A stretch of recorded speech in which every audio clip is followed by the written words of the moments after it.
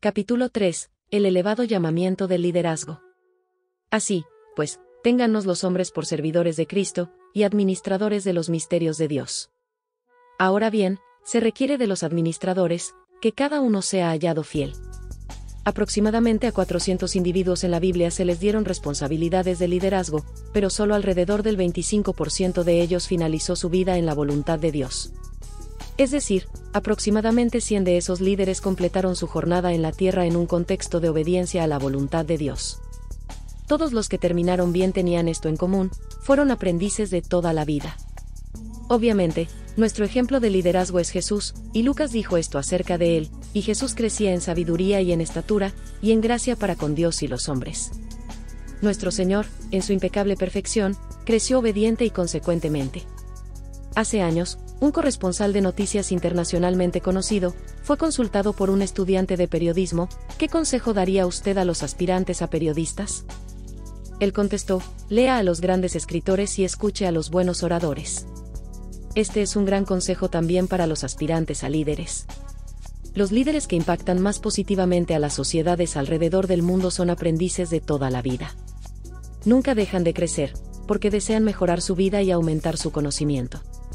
Leen a los grandes escritores y escuchan a los buenos oradores. El apóstol Pablo era un aprendiz de toda una vida. Él dijo a los filipenses que aunque tenía educación superior, todavía no había alcanzado todas las realidades espirituales y eternas que su corazón anhelaba en esta vida. El hambre de Pablo por aprender era evidente incluso hacia el fin de su vida, mientras estaba en la prisión. Nosotros leemos la petición de Pablo a Timoteo de traerle sus libros y pergaminos para poder continuar leyendo, aprendiendo y mantener su ánimo. Durante sus años de ministerio, Pablo escribió profusamente sobre el tema del liderazgo. Algunos de sus escritos se concentraron directamente en el liderazgo, en los cuales dio instrucciones claras sobre lo que los líderes deben y no deben hacer. Él recordó a los pastores jóvenes que sus ejemplos debieran ser los modelos para todos. En otros escritos advierte indirectamente a los creyentes locales contra dar por sentado los líderes y su apoyo, mientras les instruye a tratar con respeto a los líderes, de acuerdo a la autoridad dada a ellos por Dios. Independientemente del lugar o contexto, Pablo conocía el valor del liderazgo. En 1 Corintios 4, Pablo proporciona algunas percepciones significativas sobre lo que un líder cristiano debe parecer. Uno de los muchos principios que la Biblia recalca es que el liderazgo no está atado a un título, sino se forma en el corazón de un líder piadoso. Pablo creía que si un líder seguía fielmente sus recomendaciones, delineadas en los versículos 1, 2, ese siervo terminaría su vida en la tierra en gloriosa obediencia a Dios. Los primeros dos versículos de 1 Corintios 4 son en realidad una continuación del capítulo anterior, que tiene la madurez espiritual como su enfoque central: vosotros de Cristo, y Cristo de Dios. Al momento en que el lector comienza el capítulo 4, Pablo describe claramente lo que aquellos que pertenecen a Cristo necesitan recordar y llevar a cabo en su vida. El llamado al liderazgo incluye un llamado a normas elevadas. Lección 3.1. El liderazgo requiere responsabilidad y servicio. La responsabilidad define responsabilidad en relación con la vida del líder. Para las sociedades donde las calificaciones de liderazgo se minimizan a normas cuestionables, Pablo proporciona otra perspectiva, empezando con la responsabilidad. Así, pues, téngannos los hombres por servidores.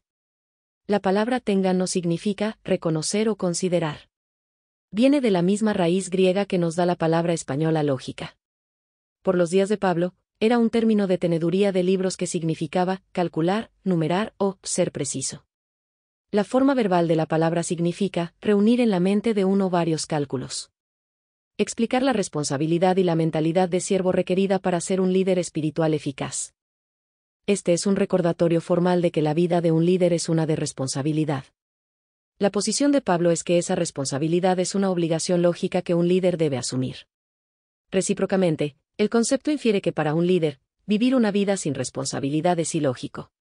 No tiene ningún sentido en absoluto. Trágicamente, muchos líderes viven y dirigen sin asumir responsabilidad o rendir cuentas. El mundo de la Iglesia no se excluye de esta acusación. Como una ilustración, consideremos el papel del tenedor de libros o un contador. Hoy en nuestro mundo, un tenedor de libros sirve a una organización, ya sea religiosa o secular, ocupándose de las cuentas financieras. Igualmente, un contador es la persona que inspecciona y audita los registros financieros y presenta informes. A menudo, Una auditoría de cuentas puede hacer avanzar o puede romper el futuro de una organización. Muchas veces los tenedores profesionales de libros y los contadores son responsables por asegurarse que los libros de un negocio o de un ministerio estén balanceados y sean exactos. Una renuencia a ser auditado a veces ha significado la ruina y ha cerrado las puertas de muchas organizaciones. Las personas tienden a no confiar ni desear construir relaciones con organizaciones que tienden a ocultar sus transacciones financieras. La transparencia se espera y tiene buen sentido comercial. Pablo está diciendo a los corintios, en el capítulo 4, que los líderes cristianos deben ser libros abiertos, sin nada que esconder. En otras palabras, los líderes cristianos deben estar deseosos de mostrarse responsables de sus acciones, primero ante Dios y luego ante su comunidad. Si un líder no se sujeta a las estructuras de responsabilidad, el resultado será un líder no balanceado. Un líder no balanceado es un líder no saludable, que producirá una organización no saludable. Sabemos que Jesús fue el único líder siervo que tuvo un registro perfecto. Aún en la vida de líderes notables, aquellos que llamamos líderes de libro abierto, existen fallas, debilidades y vulnerabilidad. Si alguna vez estas fallas o vulnerabilidades están deliberadamente ocultas y sin inspección, pueden ser la causa de la caída de un líder. Cuando un líder está de acuerdo en ser considerado responsable, experimentará una bendición continua. Muchos líderes han descubierto el valor de ser parte de un grupo de responsabilidad, ante el cual se rinde cuenta. Tales grupos son beneficiosos, particularmente para líderes que constantemente enfrentan las tentaciones de tomar atajos, tomar decisiones imprudentes, o descuidar su compromiso personal o de ministerio. Asumir responsabilidad es esencial en la vida de un líder cristiano eficaz. Por ejemplo, en 1 Corintios 3, 4, Pablo menciona 4 relaciones de responsabilidad para subrayar la importancia del asunto. Primero está el ejemplo de la relación entre amos y siervos. Pablo y Apolos eran los líderes, aun así ellos también eran siervos. Aquí encontramos un recordatorio vívido de que aquellos que están en el liderazgo deben dar cuenta de sus papeles duales como amos y siervos. Luego Pablo menciona la relación entre el granjero y la tierra. Él enseña una lección con respecto al concepto de sembrar las semillas en la tierra para lograr una cosecha. Para que la semilla eche raíz, el granjero debe ser responsable de plantar en el momento correcto y en el lugar correcto, y aplicar agua y fertilizante. Para tener una cosecha, el granjero no actúa solo, él depende de los elementos de semillas, tierra, sol, agua y fertilizante. Otro ejemplo de responsabilidad se retrata en la relación entre colaboradores. Cualquiera que trabaja con otros es más eficaz si está en una relación de responsabilidad mutua. Un obrero que no se compromete al éxito de otro obrero disminuye la producción, rebaja la moral y amarga las actitudes de la organización. El cuarto ejemplo de responsabilidad que Pablo da es la relación entre padres e hijos. Los padres son responsables ante sus hijos y los hijos ante sus padres.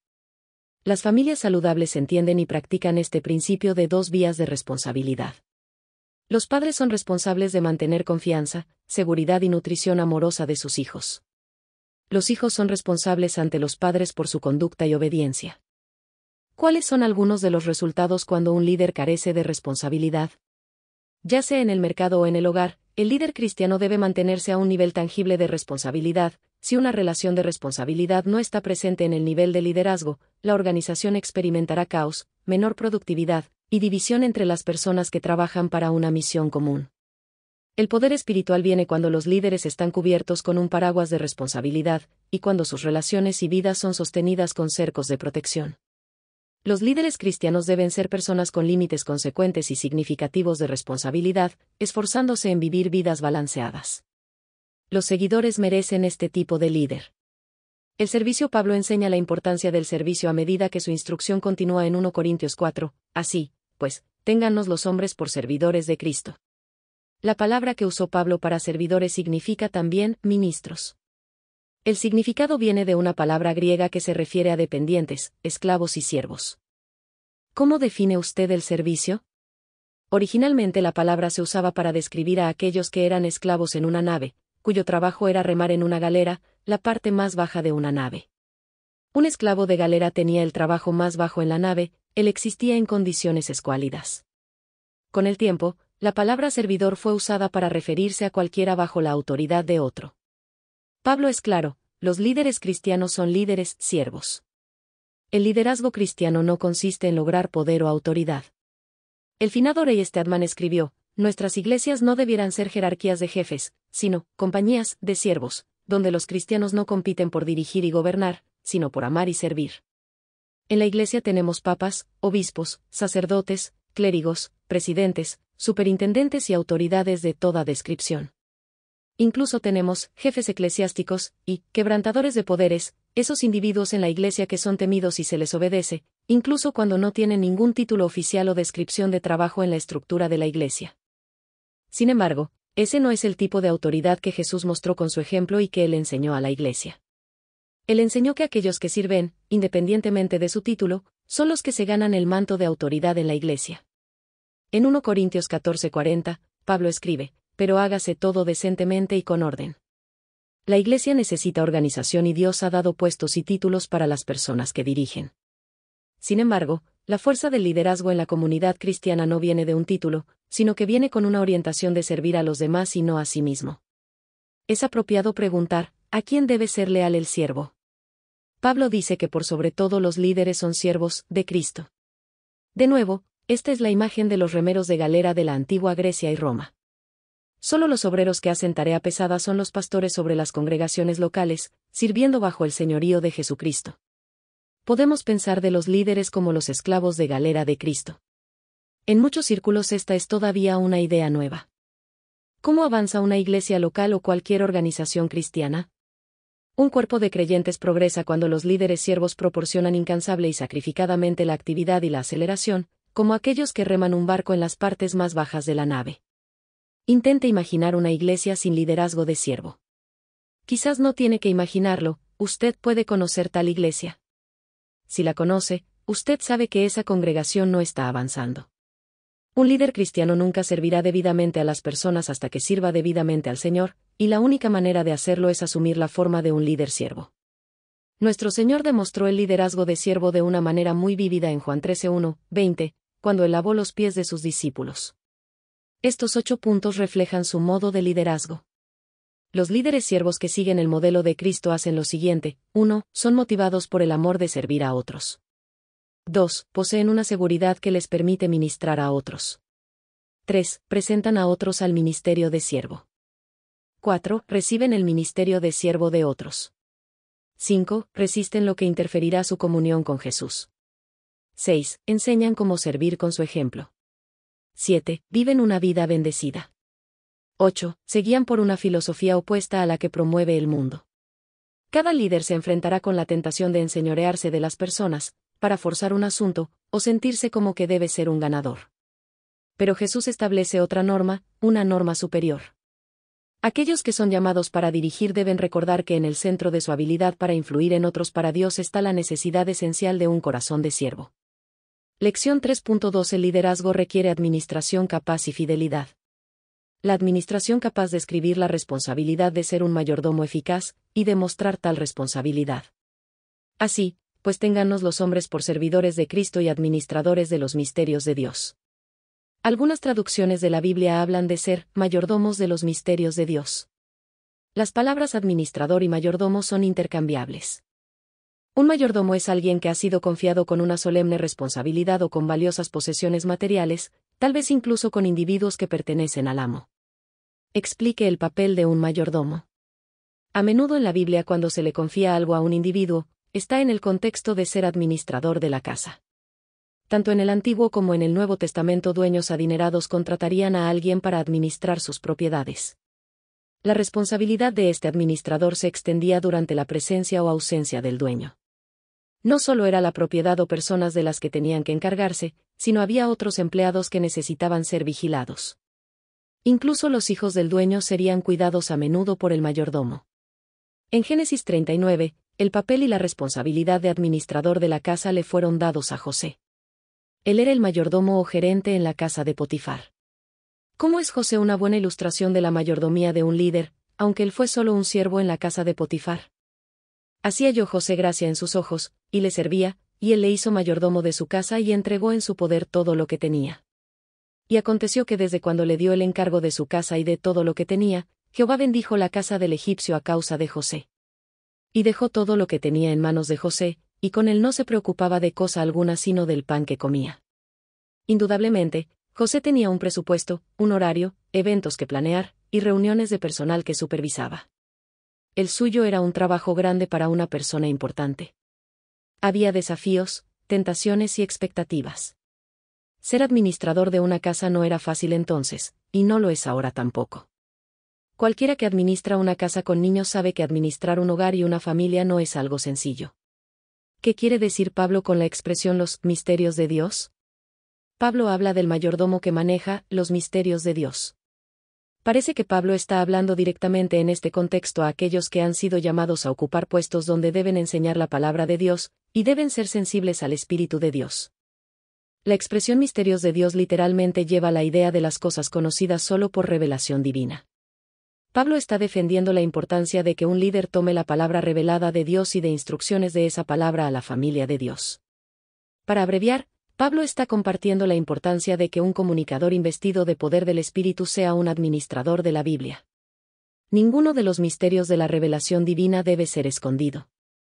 Todos deben ser enseñados, incluso las partes que los creyentes nunca podrán entender totalmente en esta vida. Eso es parte de lo que los hace ser misterios. Un administrador o mayordomo de la Biblia debe presentar a la familia de Dios toda la verdad. Los grandes misterios de nuestra fe, tales como el nacimiento virginal, la predestinación, la Trinidad y la soberanía de Dios deben ser proclamados totalmente, aunque no puedan ser entendidos por completo.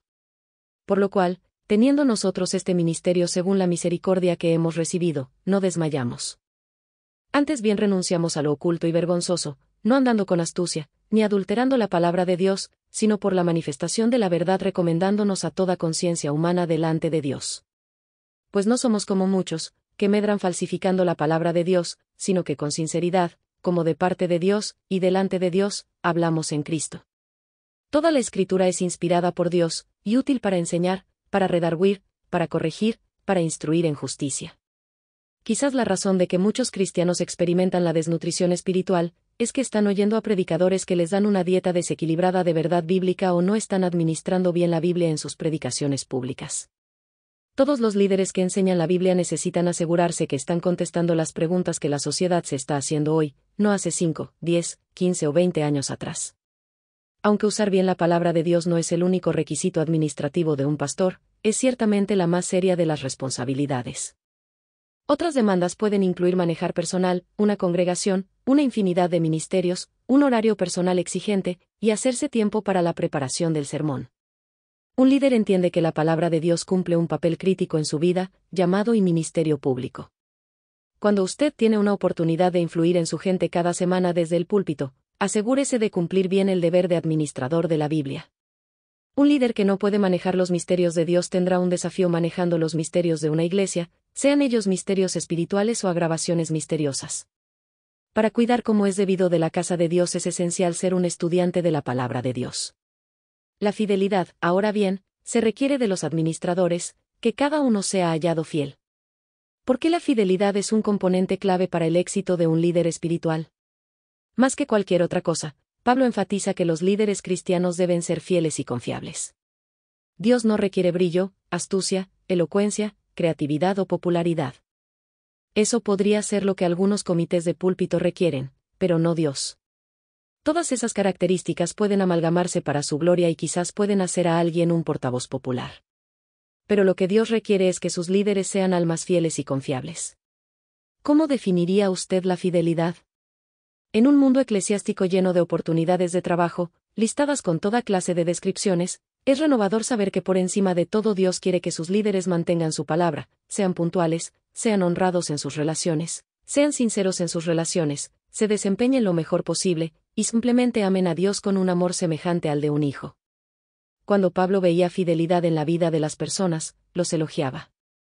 En la vida de Timoteo, por esto mismo os he enviado a Timoteo, que es mi hijo amado y fiel en el Señor, el cual os recordará mi proceder en Cristo, de la manera que enseño en todas partes y en todas las iglesias. En la vida de Epafras, como lo habéis aprendido de Epafras, nuestro consiervo amado, que es un fiel ministro de Cristo para vosotros. En la vida de Tíquico, todo lo que a mí se refiere, os lo hará saber Tíquico amado hermano y fiel ministro y consiervo en el Señor. En su propia vida, como quien ha alcanzado misericordia del Señor para ser fiel. El Señor Jesús habló de un siervo fiel en Mateo 24:45, 47, quien es, pues, el siervo fiel y prudente, al cual puso su señor sobre su casa para que le dé el alimento a tiempo? Bienaventurado aquel siervo al cual, cuando su señor venga, le halle haciendo así. De cierto os digo que sobre todos sus bienes le pondrá. Cuando Jesús retorne, él va a juzgar a sus siervos según su fidelidad a sus mandamientos. Cuando todo es considerado, Dios proporciona su palabra, Dios proporciona el Espíritu Santo, Dios proporciona todos los dones espirituales, y Dios proporciona el poder para hacer la obra del ministerio. Casi la única cosa que usted y yo tenemos para ofrecer a Dios para cumplir su obra eterna es nuestra fidelidad, nuestro requisito básico. Lección 3.3 El liderazgo conduce a la productividad. La fructificación. ¿Qué es fructificación? Si un líder es responsable, sirve, administra y es fiel, entonces con el tiempo, el fruto crecerá alrededor de ese líder y la reproducción de líderes será evidente para todos. Alrededor del mundo, los líderes cristianos están aprendiendo el poder de llevar fruto al multiplicarse en las vidas de las personas que están sirviendo como mentores y a los cuales están instruyendo. John Maxwell dice, para añadir crecimiento, lidere a seguidores, para multiplicar, sea líder de líderes. Identificar los componentes importantes del éxito para un líder espiritual, y describir el camino para lograr tal éxito. Rusia ha experimentado una de las más grandes oleadas de fundación de iglesias en un periodo de 10 años desde Pentecostés. Se han fundado más de 6.000 nuevas iglesias en la anterior Unión Soviética, entre los años 1993 y 2003. Uno de los pastores en la actividad misma de fundar iglesias es el pastor Yuri. Él dirige una iglesia de 3.000 personas en una ciudad de aproximadamente 1 millón de personas. Pero además de su iglesia local, el pastor Yuri ha estado multiplicándose a sí mismo una y otra vez al instruir, identificar personas idóneas, y financiar otros ministros, que a su vez dirigen más de 300 otras iglesias fundadas, todas ellas fundadas en un periodo de 7 años. Por cuanto este hombre ha sido responsable, ha estado deseoso de servir, ha manejado la palabra de Dios eficazmente, y ha sido muy fiel, Dios le ha permitido llevar mucho fruto en un breve periodo de tiempo. En 1995, Maxwell empezó un ministerio llamado EQIP. EQIP, que es una organización de preparación de liderazgo internacional en Atlanta y que ha experimentado un crecimiento explosivo en el desarrollo de liderazgo. Armado con un plan de estudios de 3 años e instructores de calidad mundial, EQIP está preparando sistemáticamente casi 1 millón de cristianos en Asia, África, Europa y América Latina. El liderazgo de EQIP está convencido de que si la iglesia va a llevar mucho fruto para el cumplimiento de la Gran Comisión, entonces debe prepararse y equiparse un ejército de líderes. El apóstol Pablo pasó la mayor parte de su vida preparando y discipulando líderes. Sus viajes misioneros y las iniciativas de fundar iglesias, todas tenían componentes de desarrollo de liderazgo. Él derramó su vida en un amplio rango de hombres y mujeres de variadas culturas y fondos socioeconómicos. Pero su pasión siempre era encontrar líderes y darles las herramientas para hacer la obra del ministerio. A medida que Pablo encontraba líderes potenciales, él sirvió como modelo y les enseñó la importancia de por lo menos 5 cosas. Todas se resumen en los primeros 2 versículos de 1 Corintios 4. Las 5 cosas son estas: sea responsable, sea un siervo, sea un administrador confiable, sea fiel y sea fructífero. Si reunimos esos requisitos iniciales, una vida de fructificación seguirá.